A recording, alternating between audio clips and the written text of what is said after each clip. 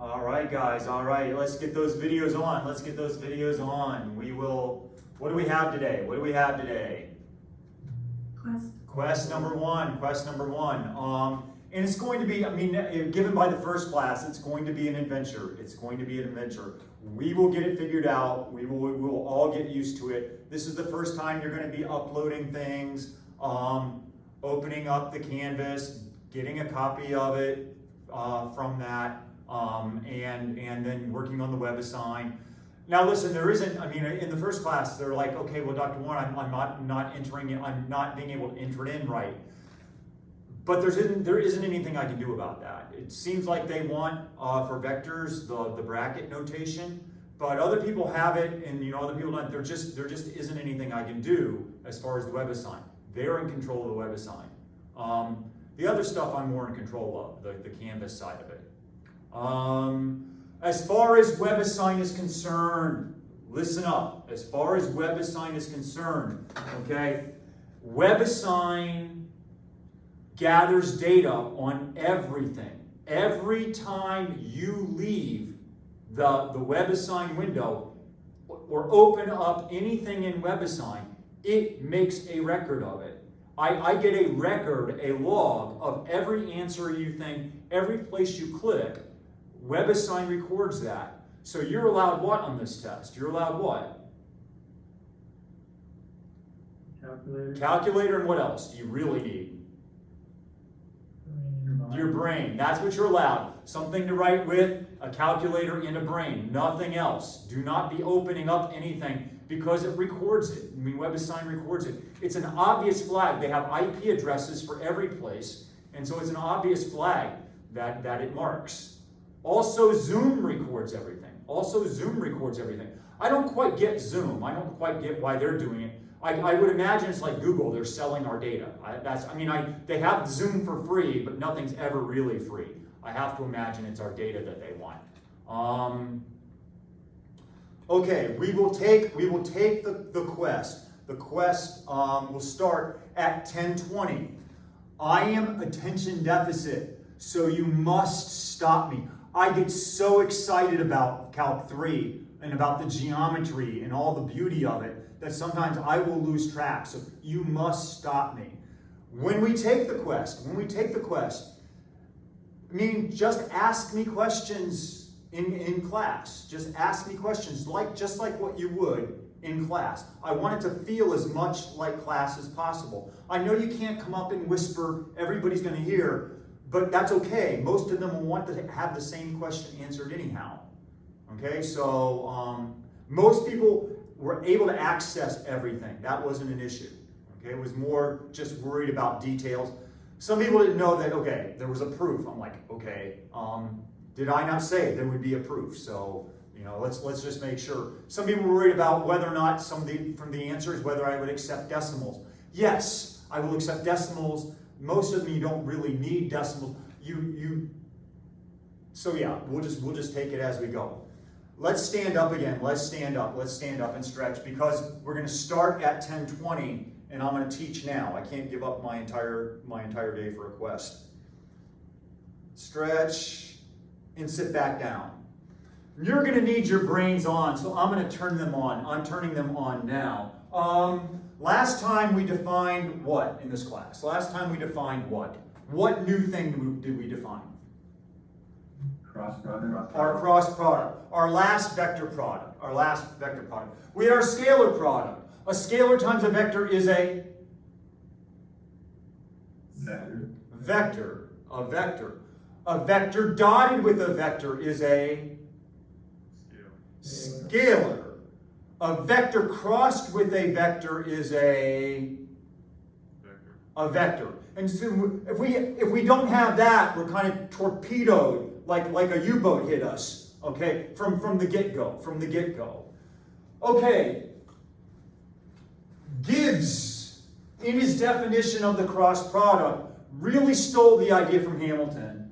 Okay, and Hamilton on his bridge had this circle I, J, K. Now he didn't use vector notation. He just had I, J, K. But Hamilton defined Gibbs defined the vector I cross I to be what? He defined the vector I cross I to be what? 0. 0, the 0 vector. And similarly, J cross J, K cross K, he defined to be 0.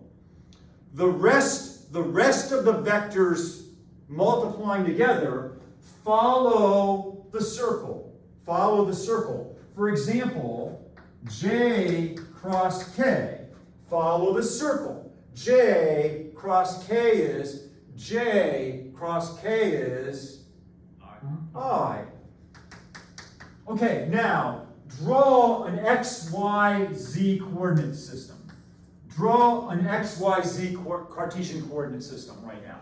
And mark your axes. Mark your axes as X, Y, and Z. And once you do that, I want you to mark on those axes the vector I, the vector J, and the vector K. Mark X, Y, Z, and then mark your vector I, J, and K.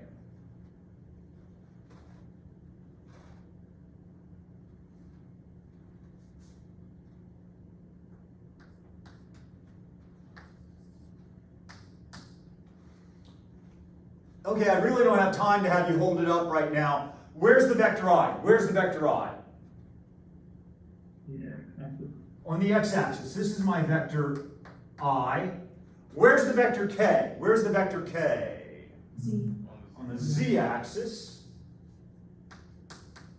And then that leaves J here. Did we do the right hand rule last time? Did we talk about the right hand last time? Okay, do your gang symbol. Do your gang symbol for this class. Do the gang symbol. Yeah, do the gang symbol. Do the gang symbol. Okay, now, when you're doing the cross product, this is what I want you guys thinking. A is the pointer finger. A's the pointer finger. B's the trigger finger. B's the trigger finger. Okay, and C is the cross product vector. The whatever you call that of a gun. I don't even know what it's called. I probably shouldn't be using guns. Okay, but whatever that thing you pull back on. Okay, so A, B, A cross B. And so we do this. We go A, we move our index finger toward our trigger finger, and we go A cross B is C. A cross B is C. Now it's hard to do the fingers. So what they'll often do is they'll use a hand, and they'll call it the right hand rule. You put your karate chop, I've got these two vectors here. Now, of course, they look wild in this thing. I got these two vectors, and if I want to do green cross red, you put your karate chop on the green, and then you swing the hand to the red, and you go green cross red is your thumb. Green cross red is the blue vector. Now, if you do red cross green, you're coming from underneath. And you would go red cross green. Do you get the same vector? Where's the thumb pointing now? Down. And so this would be the red cross green. This vector would be the blue vector is now the green cross red. So you guys will be doing this a lot. When you pass a Calc 3 class, it almost looks like on a test when we're looking at Quest 2. You'll see a lot of kids, their hands will be in the air because they're trying to figure out which direction that cross product vector is going in. Now, I want you to go back and look at what we have here. J cross K is I. So let's come over here and put it.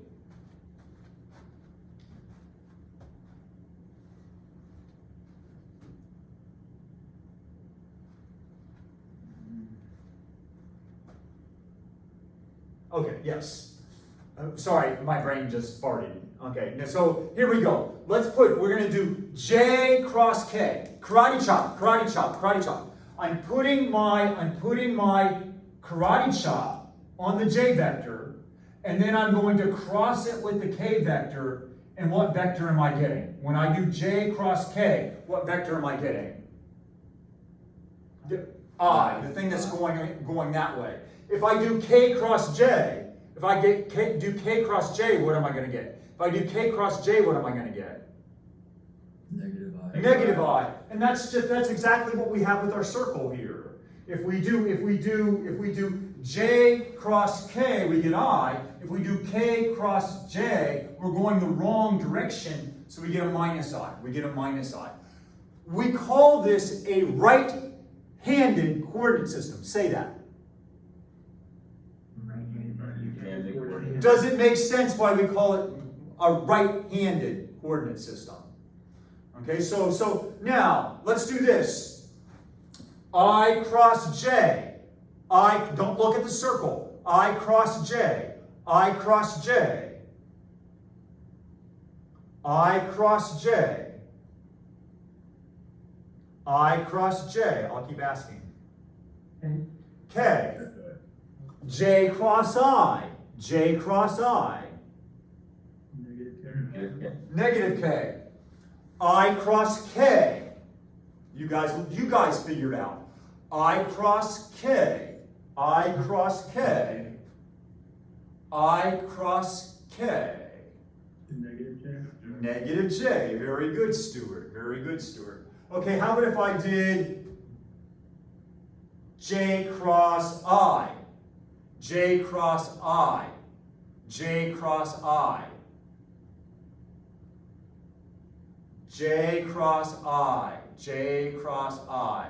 Negative K. Negative k. You'll get it. It's going to take a little while. You're not used to thinking this way in three-dimensional space. But I need you to start thinking about this. Okay, we used these products last time, and I set you guys to work. I said, I'm not deriving this. I'll make a mistake. I set you guys to work, and I said, if you have two vectors in the vector space, as I get you ready for the quest, okay? If A is an element of E, what the hell does that mean? I can tell we're ready. Okay. If A is an element of E, what does that mean? A is a ordered triple of three real numbers, A1, A2, A3. B is an element of E, it's an ordered triple, B1, B2, B3.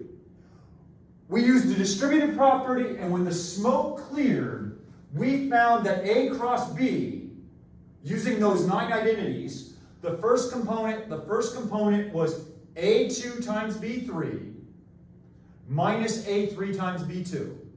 Now notice, which subscript's missing there? Which subscript's missing? 1. So in the first component of the cross product, you're not using the 1 in the first component. I remember it this way. In this component, the smaller one goes first. You go 2, 3, 3, 2. What did I just say? What did I just say? 2, 3, 3, 2. I think I said 3, 1, didn't I? I'm an idiot. In the second component, there's a sign switch. So it's A3B1, bigger, smaller, and then smaller, bigger, then smaller, bigger. Which component's missing here? Which component's missing in the second coordinate? 2.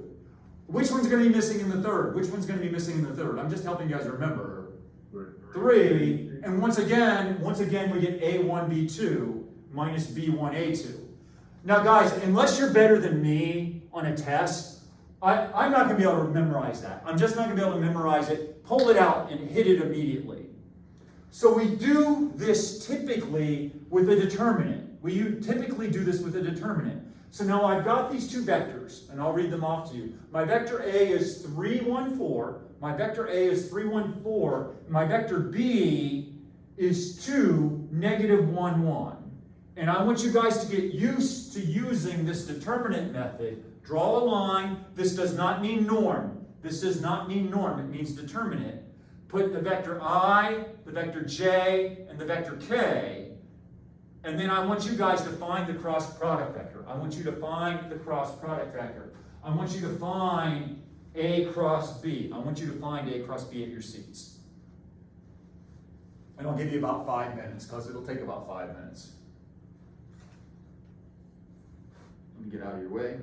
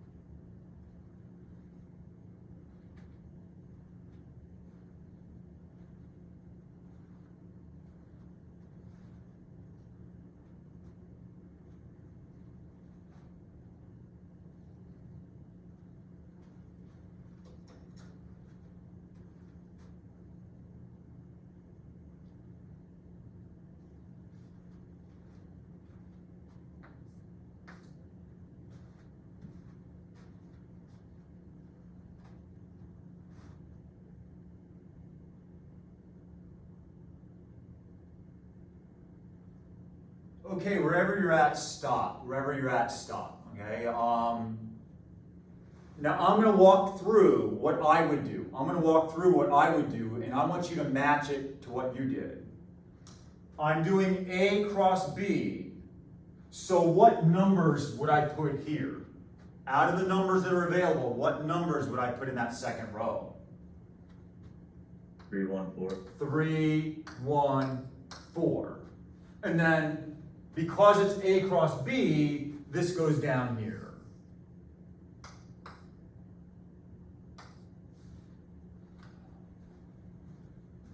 How many people feel like they're pretty comfortable with that? How many people feel like they're really... Now what if I did B cross A? What's the only difference? If I did B cross A, what's the only thing that's going to change? This row is going to move up here, and this row of numbers is going to move down there. Okay, I want to get my first component, my first number in my order triple. So I cover up the I column. I'm probably off the screen now. I cover up the I column, and when I go this way, I don't change the sign. When I go this way, down, you just keep the sign the same on the product.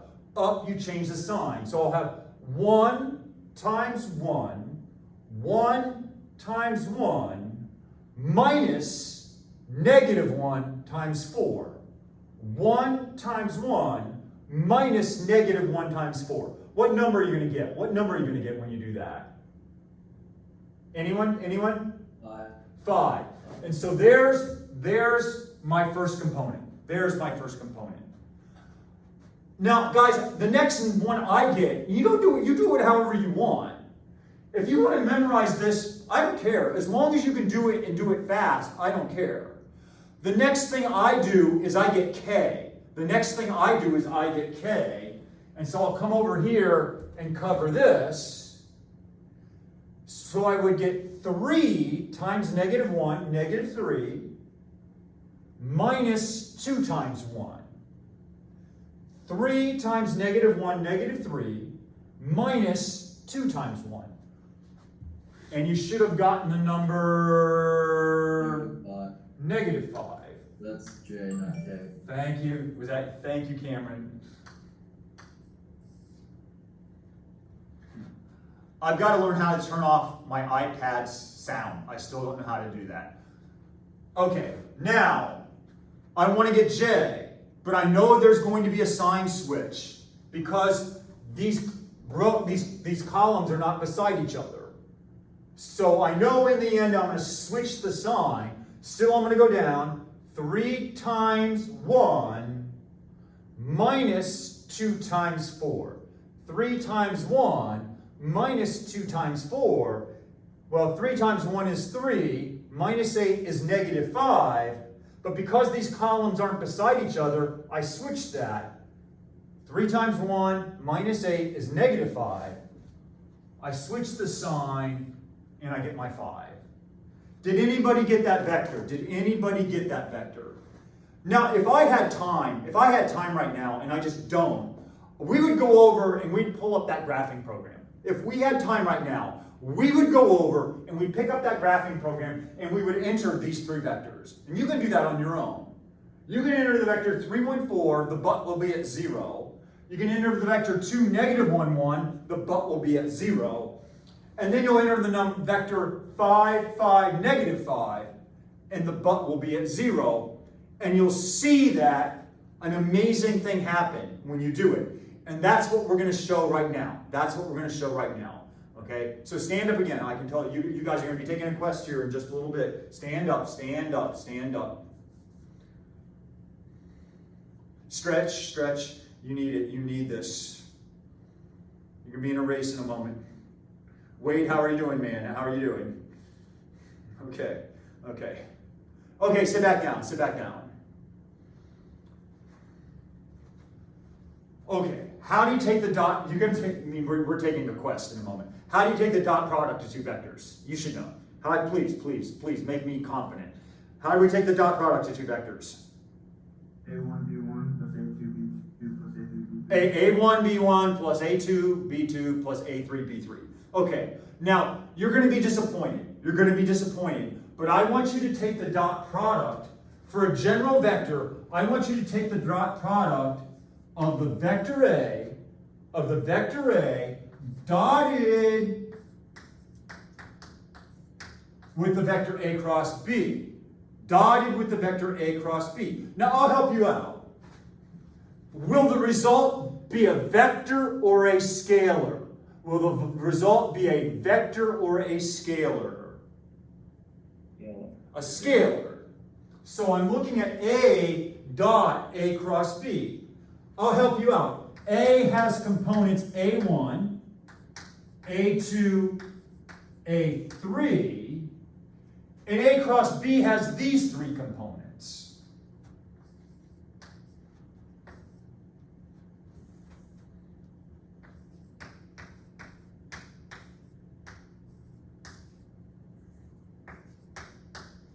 And A2, B3, you can just read them down there. A3B1 minus A1B3, A1B2, this is wonderful teaching, minus B1A2. Now take the dot product of those 2 vectors. Take the dot product of those 2 vectors. Just like you might have to do in just a couple minutes. Not with the cross product.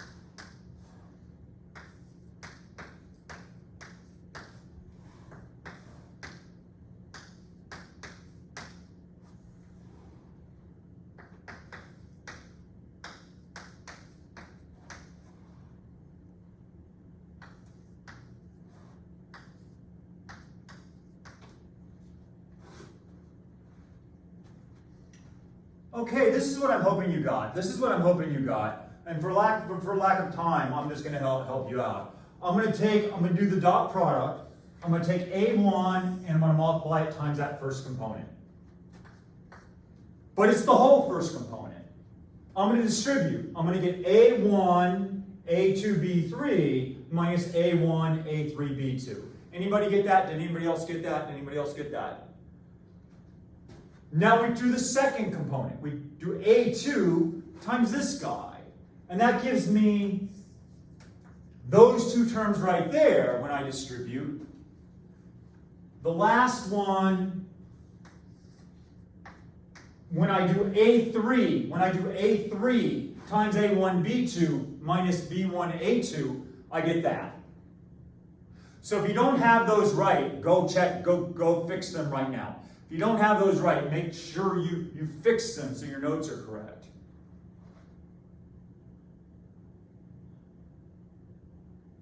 Okay, now just circle any term. Circle any one of those 6 terms. Circle any one of the 6 terms. Is there another term among the 6 that has the same letters and subscripts? You circled one. Is there another term using the commutative property that would have the exact same product? And the answer is, if you did it right, the answer should be yes. So like for example, I'm just going to circle this guy. My A1, A2, B3. And then I start looking for things that are identical. No, that doesn't have. No. Oh, here's one. This one has the exact same numbers as this one. But this is positive and that's negative. So they're going to kill each other. In the same way, with each of these, there's somebody else that kills it. So when it's all said and done, what does the dot product end up being? You said it was a number. What does it end up being? I'll help you. What does it end up being? 0. 0. You're like, Dr. Wynn, that's interesting. That's interesting. A dot A cross B. A dot A cross B is 0.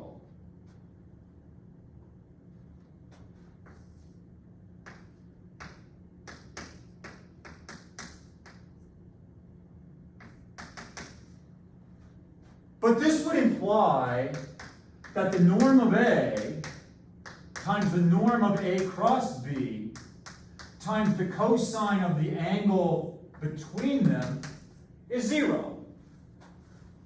But this isn't 0, and this isn't 0 in general. Which means that guy has to be 0. And what does that tell me then about the relationship between A and the cross product of A cross B? What does that tell me, guys, about that? What does it tell me? What angle would make cosine? What angle would make cosine 0? What angle would make cosine 0? Anyone? 90 degrees. 90 degrees. So A, if the green vector's A, and the blue vector's A cross B, they're at 90 degrees to each other.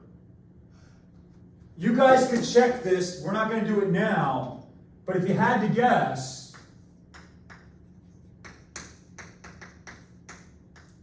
what do you think the dot product of B cross A cross B? What do you think that's going to be? When it's all said and done, what do you think that's going to be? Okay, that's no one. That's no one. What do you think it's going to be? If you had to guess, what do you think it's going to be? 0. It's going to be 0 also. So we're ending with this. We're ending with this. Okay, if you have two vectors, okay, and I do blue cross green, first of all, they're anywhere in three-dimensional space. I know I'm yelling. This is complicated. Two vectors sitting anywhere in three-dimensional space, at any angle. Do they define a plane? Do they define a plane? Will there be a single plane that contains these two vectors?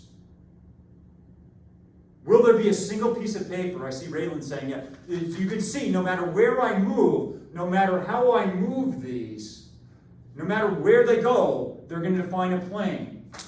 If you want a vector that's perpendicular to that plane, how do you get it? If you want a vector that's perpendicular to that plane, how do you get it? If you want a vector that sits perpendicular to that plane, how do you get it? Take the cross product. Take the cross product. Take the cross product. That's just the beginning, guys. That we're just now beginning. Okay, you don't know this, but I just passed out your test, your quest. You should now be able to open WebAssign. You should now be able to open WebAssign and have access to your first quest there. For the vectors, they want brackets. Enter them correctly. And you should also be able to download. You should also have access to your handwritten part on Canvas. You should also have access to your handwritten part on Canvas. I know most of you don't have printers, so you can just work on paper, and then you're going to want to turn it in. Now, guys, I'm giving you until 11:10. This is the first time we're doing this. I'm giving you until 11:10.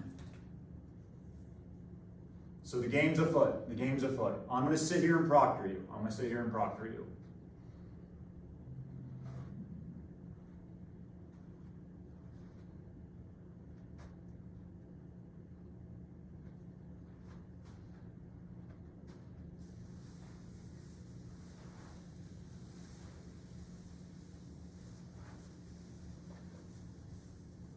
And I'm an idiot. My numbering in my handout goes 1, 4. In number 1, there's 4 parts. All of them use those same vectors. All of those use the same. But then I should have labeled the next thing too, but I didn't. I labeled it 4.